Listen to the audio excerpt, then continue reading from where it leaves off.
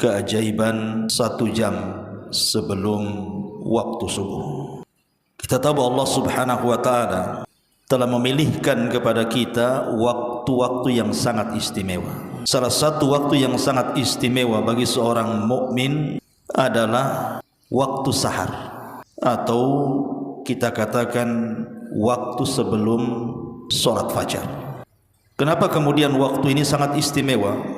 Pertama, di waktu ini Allah Subhanahu wa taala menyelamatkan Nabi Allah Lut alaihi salatu wassalam. Lut dan juga putri-putrinya, kami selamatkan mereka di waktu sahar. Kemudian yang kedua, waktu ini adalah waktu di mana Allah Subhanahu wa taala turun dari langit menuju langit dunia. Kemudian Allah Subhanahu wa taala menebarkan keberkahannya, dan itu di sepertiga malam akhir. Setiap malam ketika turun ke langit dunia pada sepertiga malam akhir itu, Allah katakan kepada hamba-hambanya, siapa yang berdoa kepadaku, kukabulkan doanya. Siapa yang meminta sesuatu kepadaku, kata Allah, aku berikan permintaannya. Siapapun yang meminta ampun kepadaku, maka Allah Subhanahu wa taala akan ampuni dosa-dosanya. Artinya waktu sahar itu waktu Allah turun menemui hamba-hambanya. Kemudian yang ketiga, para nabi dan rasul mereka berdoa beristighfar kepada Allah Subhanahu wa taala.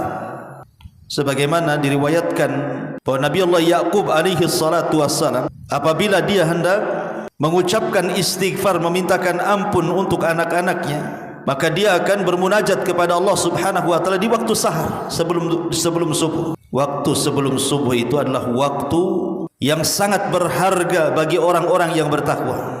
Karena waktu itu adalah waktu ikhlas. Kalau orang berdoa kepada Allah Subhanahu wa taala, istighfar kepada Allah Subhanahu wa taala, membaca Al-Qur'an ataupun salat atau ibadah-ibadah yang lain di waktu itu, maka akan lebih dekat keikhlasannya kepada Allah dibandingkan dilakukan di luar waktu selain waktu itu. Tentu hikmahnya, kenapa kemudian Allah Subhanahu wa taala pilihkan bagi orang-orang yang beriman yang tahu tentang keistimewaan 1 jam sebelum subuh itu? Apa hikmahnya Allah pilihkan waktu itu? Pertama, karena orang yang melakukan ibadah di waktu itu sangat sulit sekali. Jadi orang yang melakukan ibadah 1 jam sebelum subuh itu sesuatu yang sangat sulit. Karena waktu itu adalah waktu di mana manusia sedang beristirahat.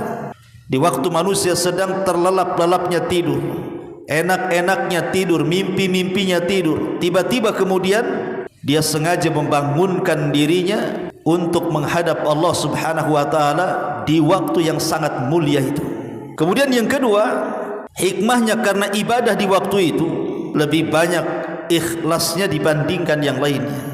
Dan secara kaedah kata para ulama, orang yang beribadah di waktu manusia sedang lalai, maka nilai ibadahnya besar di sisi Allah Subhanahu wa taala. Kenapa Allah Subhanahu wa taala pilihkan waktu bagi seorang mukmin untuk bermunajat kepada Allah Subhanahu wa taala? Keajaiban 1 jam sebelum subuh ini.